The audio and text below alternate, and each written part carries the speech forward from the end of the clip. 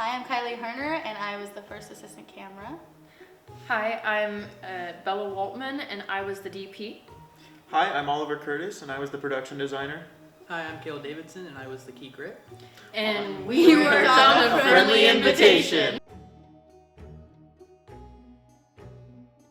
So as first assistant camera, I basically did whatever Bella told me to, but also I filled out a bunch of continuity logs about our camera work, what shots were good, what weren't, and also I did follow focus for the film. As the DP, I focused on what everything looked like. So basically, I was in charge of the lighting and camera department, so I told her what to do, as well as my second AC, Joyce. And then I had our grips and gaffs set up the lighting and anything else you see in the film. So as production designer, my main role was just working on the world that the film took place in. So I did the set design, I did the costume design, and the set design.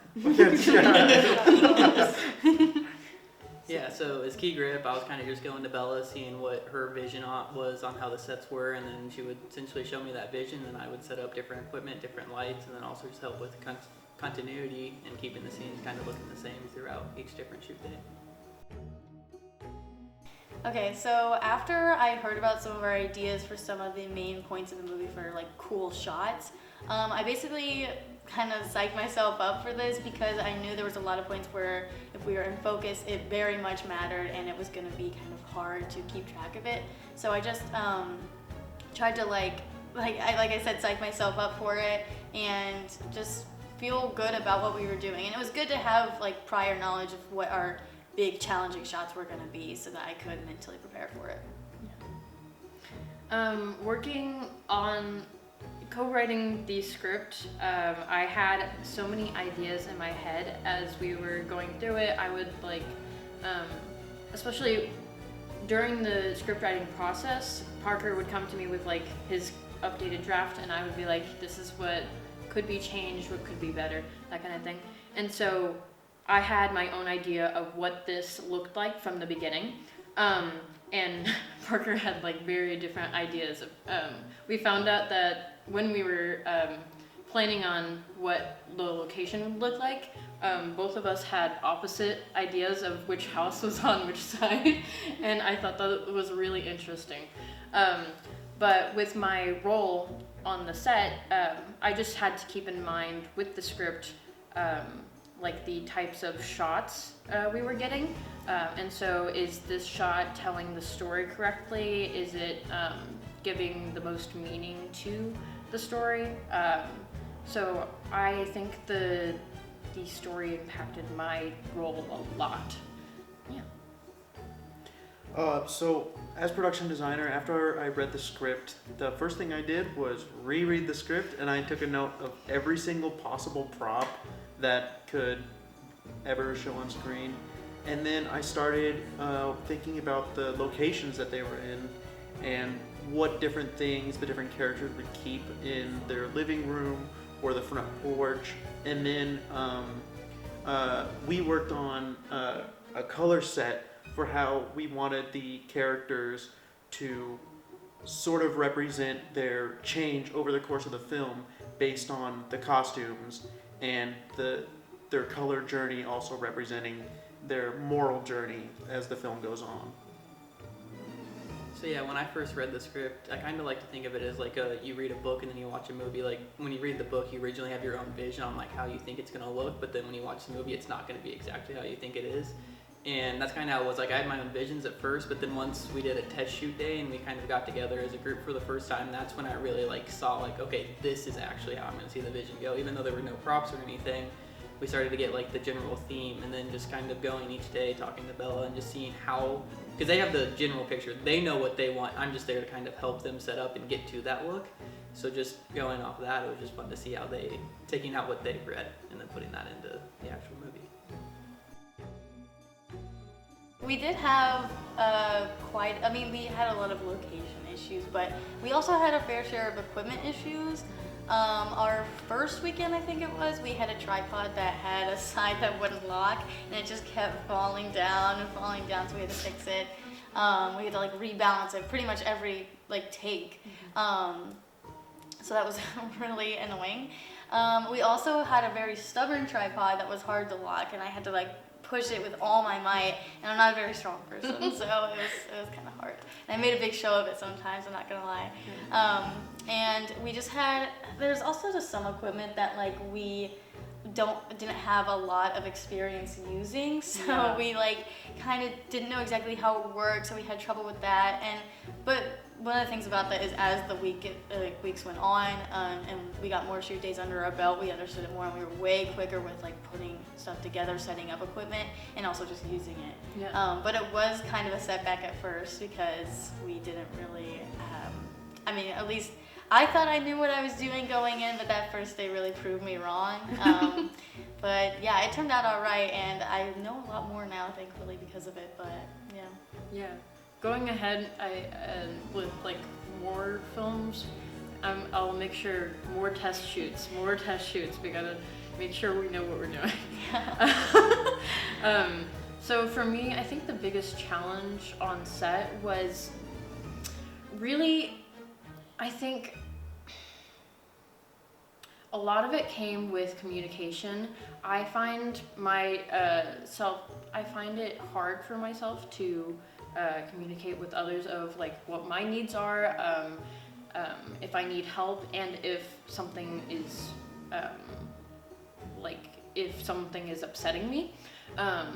So there would be times where something would change and I wouldn't know about it, and part of that is my fault because I'm not paying attention. But I think when things changed, it really would like not mess up the rhythm, but it would shock me in a way. So I think communicating was the hardest thing, and that's always the hardest thing, and not in just sets, but like in relationships. In general. Yeah, like, in general, communicating like is hard, yeah. Yeah. Yeah. Because you also don't want to like step on anyone's toes and like hurt feelings or anything. Mhm. Plus, we're all like doing this for the first time. Yeah, there were times, and I know that I'm supposed to be like, I feel weird saying this, the boss of the ACs, but I felt like there were some times where I felt bad like asking for help on things, and so I just wouldn't ask for help at all. I'd be like trying to adjust the tripod while holding on to the camera still. Yeah. I tried to step in whenever Kylie would like run over when she saw me like doing.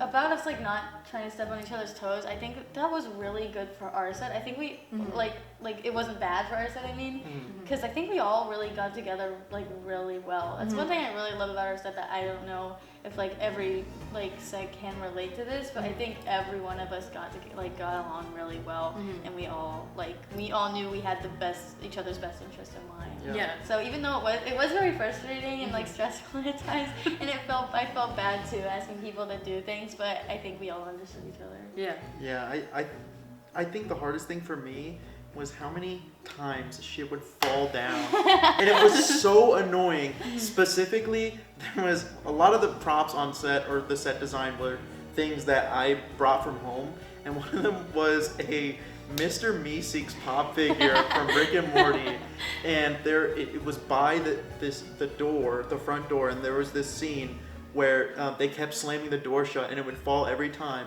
and then it broke, and my Mr. Meeseeks is missing a leg. That's so sad. But the worst thing was the goddamn calendar. The calendar would fall all the time, Yeah. and I got so pissed off. Somebody finally came to set. I don't know why I didn't think of to get it, but I'd never been a production designer before, so that's my excuse. But they got these Velcro strips, saved my life. Yeah, that was awesome. We added so much gap. Yeah, there's a little sneak Easter egg. That's the word. A little Easter egg. There's a shot of the calendar in the background where the bottom part of it has like half of it covered in gaff tape because we were trying to Oh, connect yeah. it to the fridge so bad. It was so I used so much sticky tack and so much gaff tape, and it never worked. I'll say, yeah, the gaff tape was definitely, and even just setting up lights, I don't know, I feel like the gaff tape was either not strong enough or too strong at some points, because right next to the calendar, and just like when we were doing kitchen scenes, we had mini aperture lights hung up like under the cabinets, and just the aperture lights would get so hot that the gaff tape would just start making them like fall down. But then at the same time, we had an Infinibar on the ceiling, and it ripped part of the That ceiling was off. terrifying. So like the Yeah. gaff tape was doing a too good of a job, but then also not doing its job at the same time. Yeah. But it was either gaff tape wasn't sticking or lights just kept dying. Like the batteries would say they'd have like 30 or 40% left and then just shut off mid-take. And I was just like, what are you doing? Because the light, and then you turn it back on and it would go from saying it has like 2 hours of total battery life to like 7 minutes. And I'm Yeah. like, great. yeah. My favorite day on set was probably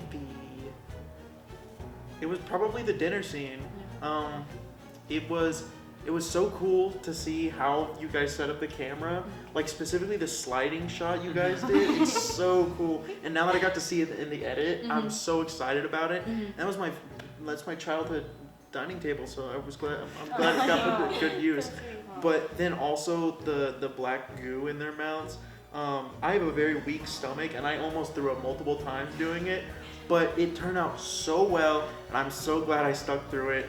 And also, I think we had Wingstop that day, so that helped. Oh, out. was a yeah, great that was a shot. good That was awesome. memory. Yeah. I did love when we were recording that. Like, we had to be so quiet during the shoot, or like during the shots when we were actually recording. Yeah. But like, also people could go and like to each other, like as silent as possible. And as soon as we would cut, everybody would start talking. I don't know, it's such a cool shot. We had so much to say. Like, it was really awesome. That was a pretty good memory. I think the dinner scene was like,